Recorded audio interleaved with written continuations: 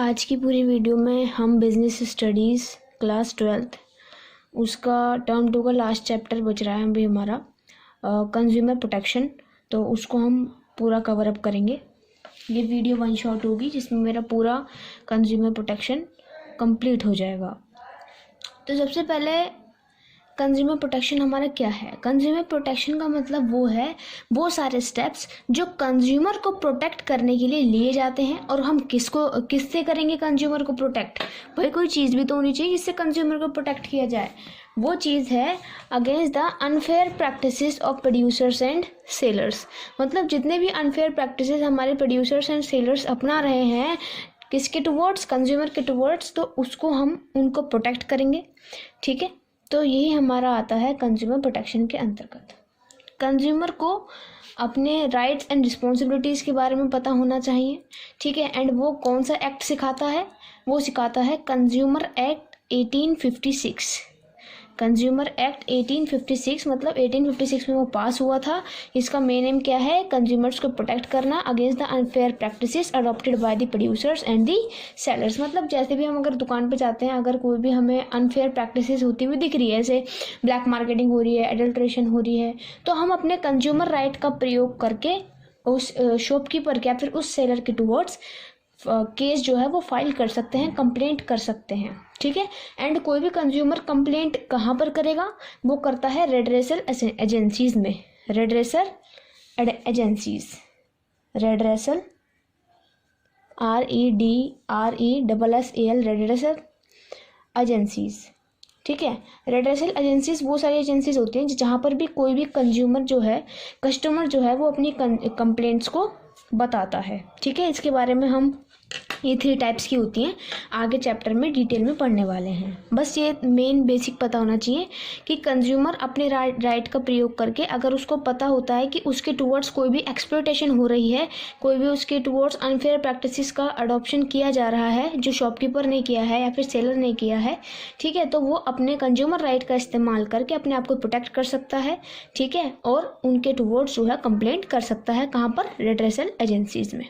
ठीक, तो ये तो शॉर्ट मैंने समझी बताई पूरे चैप्टर में, मतलब वो क्या हम पढ़ने वाले हैं, रेडरेसल एजेंसीज के बारे में पढ़ेंगे।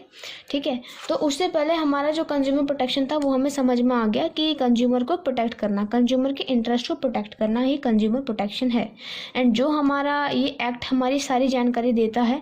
ठीक है, ये एक्ट जो हमारा पास हुआ था 1856 में हुआ था। इसका जो मेन एम है वो यही है कि कस्टमर्स को प्रोटेक्ट करना against the unfair practices adopted by the sellers and the producers. अब इस कंज्यूमर प्रोटेक्शन की जो है इम्पोर्टेंस क्या है, अब हम 2 पॉइंट ऑफ व्यू से समझ सकते हैं। पहला कंज्यूमर्स पॉइंट ऑफ व्यू, दूसरा बिजनेस पॉइंट ऑफ व्यू। मतलब इसकी कंज्यूमर प्रोटेक्शन की दोनों ही कंज्यूमर के लिए भी इम्पोर्टेंट है एंड बिजनेस के लिए भी, मतलब बिजनेसमैन के लिए भी इम्पोर्टेंट है। अब पढ़ेंगे कैसे है कंज्यूमर के पॉइंट ऑफ व्यू से। कैसे? अब देखो, कंज्यूमर को पता तो होता नहीं है कि उसके पास क्या राइट्स हैं, क्या ड्यूटीज़ हैं। ठीक है, वो सब इसे कब पता लगता है? जब उसको अवेयर किया जाता है। ठीक है, उसको कंज्यूमर प्रोटेक्शन एक्ट के बारे में बताया जाता है, उसको एडुकेट किया जाता है कि हाँ आपके पास ये सारे राइट्स हैं, आप इनका इस्तेमाल करके आपके खिलाफ अगर कोई भी एक्सप्लॉयटेशन हो रही है तो आप इसमें कंप्लेंट कर सकते हो उसके खिलाफ, जो भी आपकी एक्सप्लॉयटेशन कर रहा है। ठीक है, तो कंज्यूमर्स को पता नहीं होता उनकी राइट्स एंड ड्यूटीज़ के बारे में, तो उनको हम एजुकेट करना चाहिए। और वो कौन एजुकेट करता है? Consumer protection act. ठीक, दूसरा है अनऑर्गेनाइज्ड कंज्यूमर्स। अनऑर्गेनाइज्ड कंज्यूमर्स का मतलब, अब कंज्यूमर्स क्या होते हैं? एक इंसान की, मतलब अगर कोई इंसान ग्रुप में जा रहा है तो उसकी ज़्यादा बात सुनी जाती है। ठीक है, अगर कंज्यूमर्स ही अनऑर्गेनाइज्ड है, मतलब इधर उधर, भाई अब ये तो नहीं है कि एक ही जगह पे हमारे कंज्यूमर्स हैं।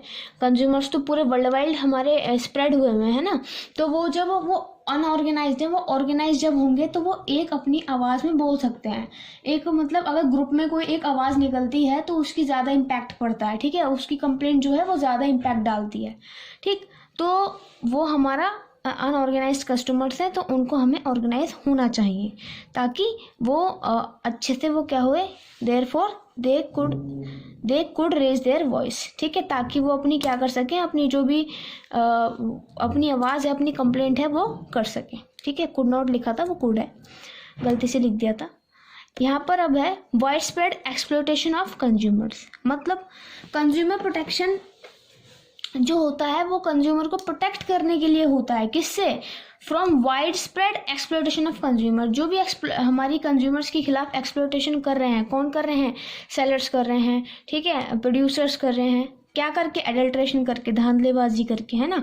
उनको मतलब चाहिए तो होता है लेकिन क्या एक्सपायरी डेट का दे देते हैं, या फिर अपना माल बेचने के लिए कुछ और प्रैक्टिसेस का भी उपयोग करते हैं, फ्री का स्कीम निकाल देते हैं। तो ये सब अनफेयर प्रैक्टिसेस हैं, ठीक है। ब्लैक मार्केटिंग करते हैं, वो अनसेफ प्रोडक्ट्स वो बेच देते हैं, ठीक है। बस अपना लाभ देखते हैं, कस्टमर की हेल्थ पे या फिर उस पर क्या फ़र्क पड़ेगा वो नहीं देखते, ठीक है।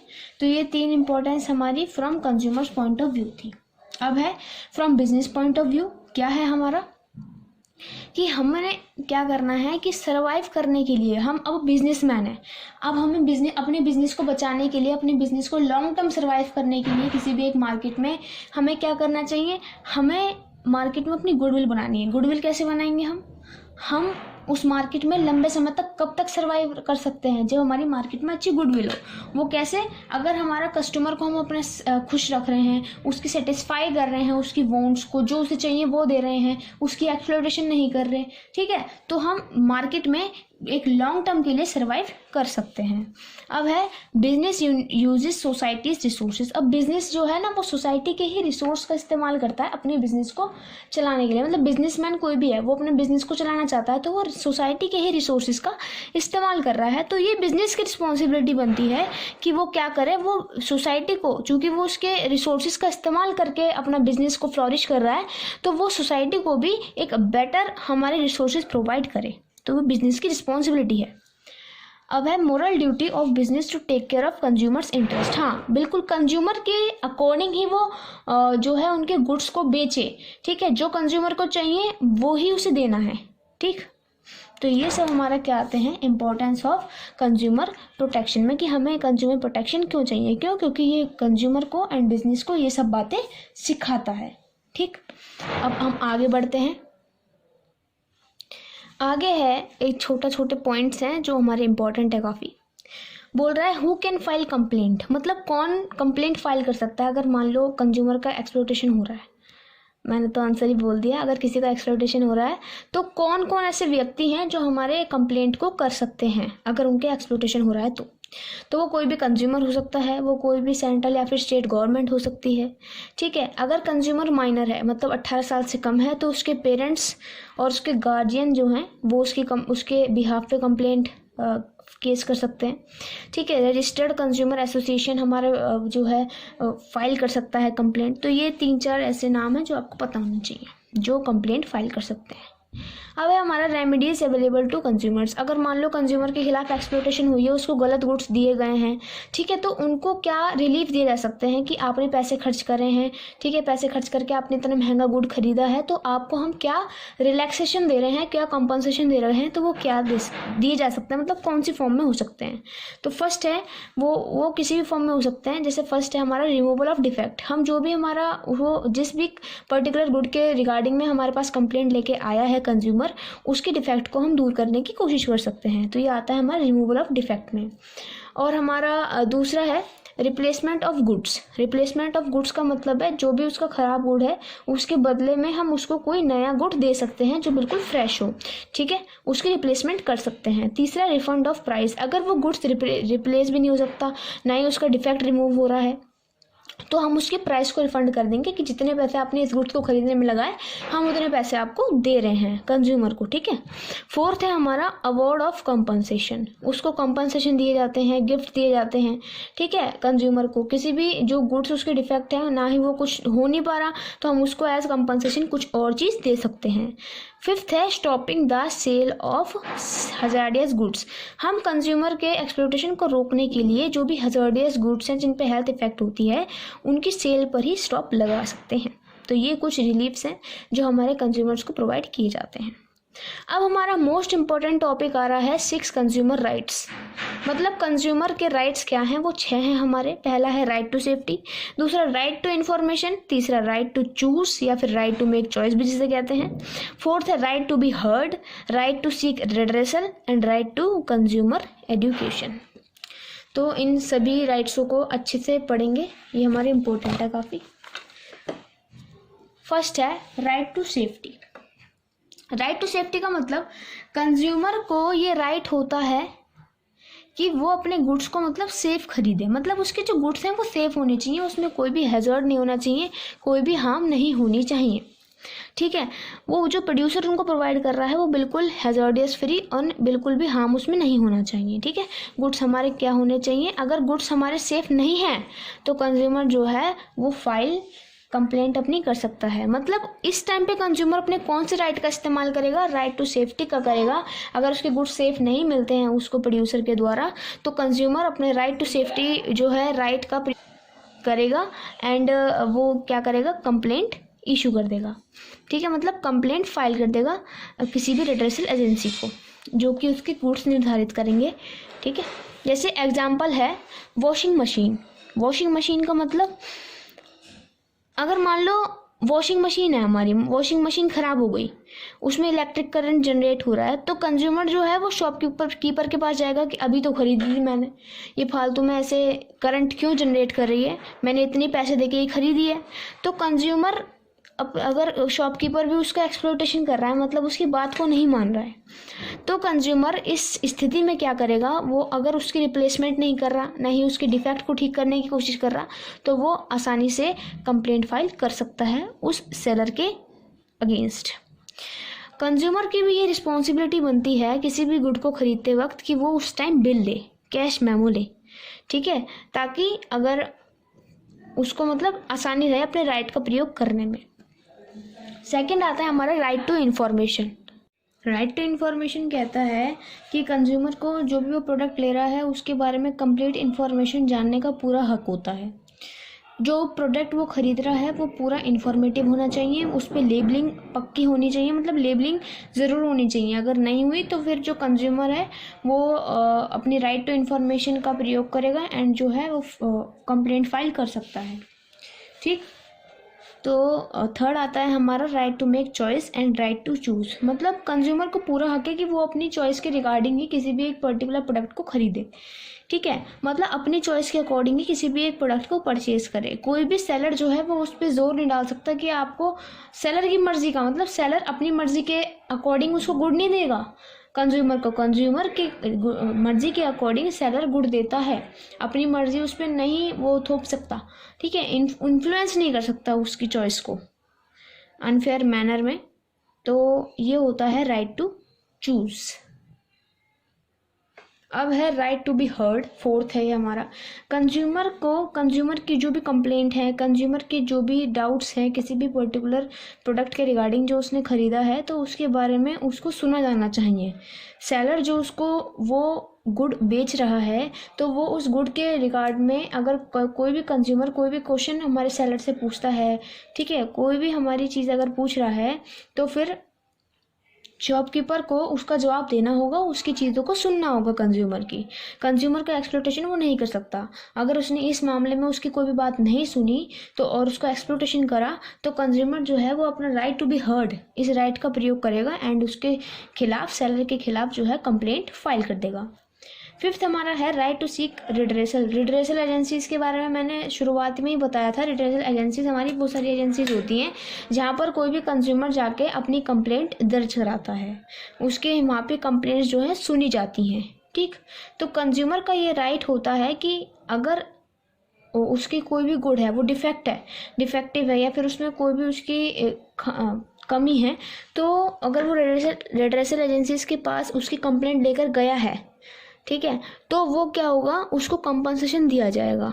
ठीक है, उसको जो भी उसने प्रोडक्ट खरीदा है उसके रिगार्ड में अगर उसने कंप्लेंट करी है किसी भी रिड्रेसल एजेंसीज की को, तो उसको कंपनसेशन मिलेगा। किसके फॉर्म में हो सकता है, या तो उसकी गुड का रिपेयर करा सकते हैं, उसकी गुड की रिप्लेसमेंट करा दी, या फिर उसको पैसे दे दिए, रिफंड कर दिया प्राइस।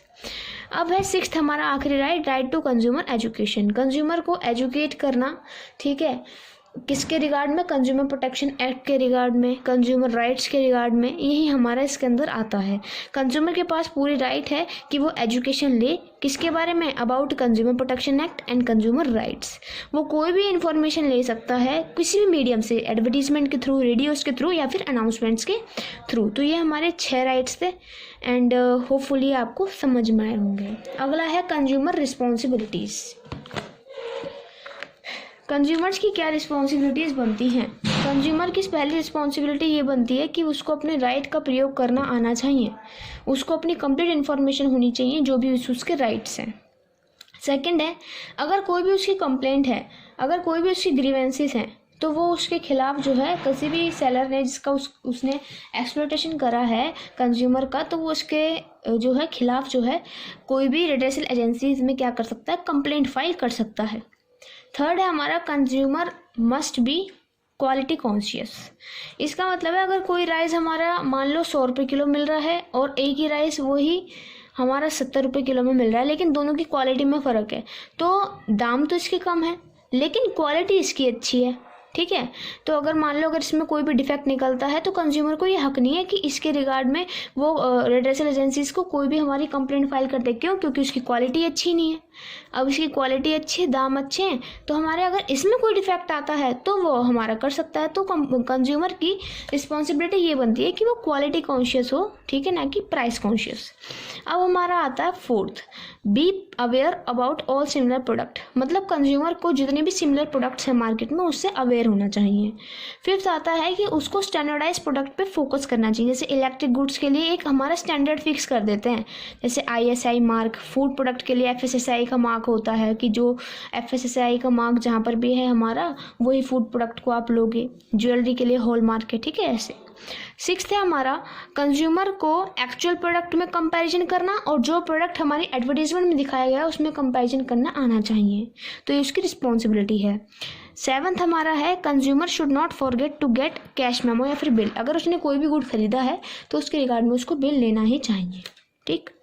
आगे बढ़ते हैं, इंपॉर्टेंट टॉपिक आ रहा है हमारा 3 टायर जुडिशियल मशीनरीज, मतलब 3 रेड्रेसल एजेंसीज।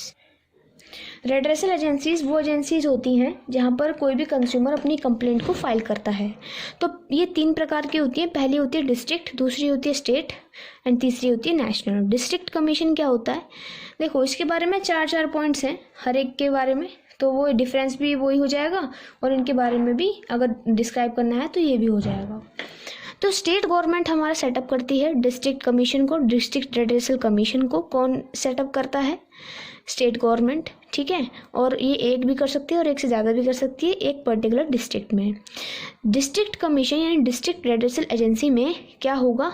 2 मेंबर, मतलब 2 मेंबर का होना ज़रूरी है और 2 मेंबर के अलावा एक प्रेसिडेंट का होना ज़रूरी है। एंड प्रेसिडेंट में भी कंडीशन है कि वो जो है क्वालिफाइड जज होना चाहिए डिस्ट्रिक्ट कमीशन का, ठीक। अब हमारा है कि हम डिस्ट्रिक्ट कमीशन में कब जाएंगे? जब हमारे जो गुड्स हैं, गुड्स हमने खरीदे 1 करोड़ के एंड उसके रिगार्ड में हमें कंप्लेंट आई, मतलब हमारी कंप्लेंट है कि हमने जो गुड्स खरीदे हैं 1 करोड़ के, उसके रिगार्ड में हमारी कंप्लेंट है। तो 1 करोड़ के जो वैल्यू है गुड्स की, अगर वैल्यू 1 करोड़ से कम की है, ठीक है, 1 करोड़ या फिर 1 करोड़ से कम की है वैल्यू गुड्स की, तो हम कहाँ पर जाएंगे? डिस्ट्रिक्ट कमीशन में। 1 करोड़ से 10 करोड़ है तो स्टेट कमीशन में, 10 करोड़ से ज़्यादा है तो नेशनल कमीशन में, ठीक। अब आता है हमारा, अगर कंज्यूमर्स हमारे सेटिस्फाइड नहीं हैं, डिस्ट्रिक्ट कमीशन ने जो भी कार्यवाही करी है उनकी कंप्लेंट के खिलाफ, ठीक है, तो वो कहाँ पर जा सकते हैं? स्टेट कमीशन में जा सकते हैं विदिन 45 डेज।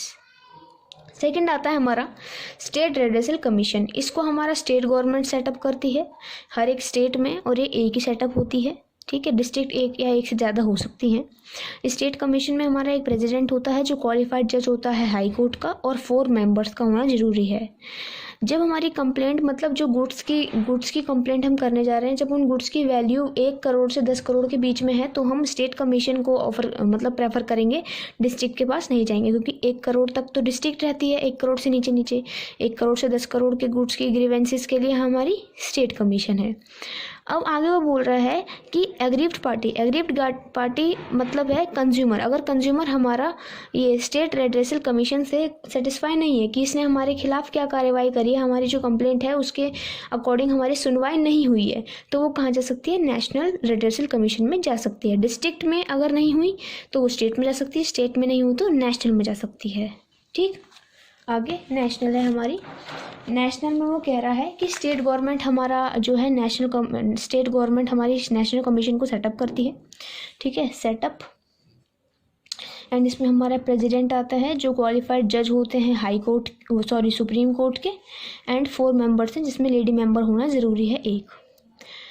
अब हमारा है कि जब हमारी ग्रीवेंसेस जो है मतलब जो हमारी कंप्लेंट्स जो हैं वो मोर देन 10 करोड़ की वैल्यू तक जाती हैं, मतलब 10 करोड़ से ज़्यादा के लिए हम कहाँ जाएंगे, नेशनल कमीशन में।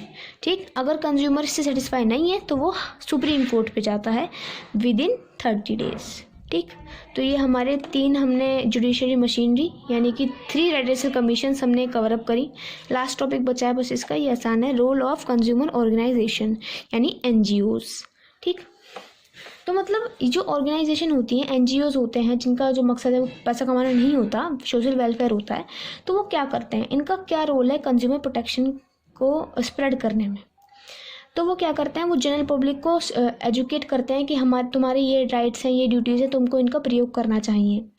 सेकंड, कि वो कंज्यूमर को एनकरेज करते हैं कि अगर आपके खिलाफ कोई भी एक्सप्लॉयटेशन हुई है तो आप उसके खिलाफ कंप्लेंट फाइल कर सकते हो। थर्ड, उनको लीगल असिस्टेंस प्रोवाइड करती है NGOs। ठीक है, NGOs क्या करते हैं, कंज्यूमर्स के बिहाफ पे अपनी कंप्लेंट जो फाइल करते हैं वो कंप्लेंट अपनी फाइल कर देते हैं कंज्यूमर के बिहाफ पे। कंज्यूमर की कंप्लेंट जो है उनके बिहाफ पर खुद ही फाइल कर देते हैं रेड्रेसल कमीशंस को। फिफ्थ है अवेयरनेस स्प्रेड करते हैं, एंड लास्ट है वो क्या, ब्रिंगिंग आउट ब्रोकर्स जो हैं उनकी जांच पड़ताल करते हैं कि वो मतलब कोई ऐसी एडल्ट्रेशन, ब्लैक मार्केटिंग या फिर कोई भी अनफेयर प्रैक्टिसेस में इन्वॉल्व तो नहीं है। तो ये हमारा चैप्टर यहाँ पे ख़त्म होता है, एंड होपफुली आपको पूरा समझ में आया होगा। एंड हमारा बिजनेस स्टडीज़ का पूरा सिलेबस कंप्लीट हो चुका है, जिसमें सभी चैप्टर्स की टर्म 2 की सभी चैप्टर्स की वीडियो अपलोड हो चुकी है।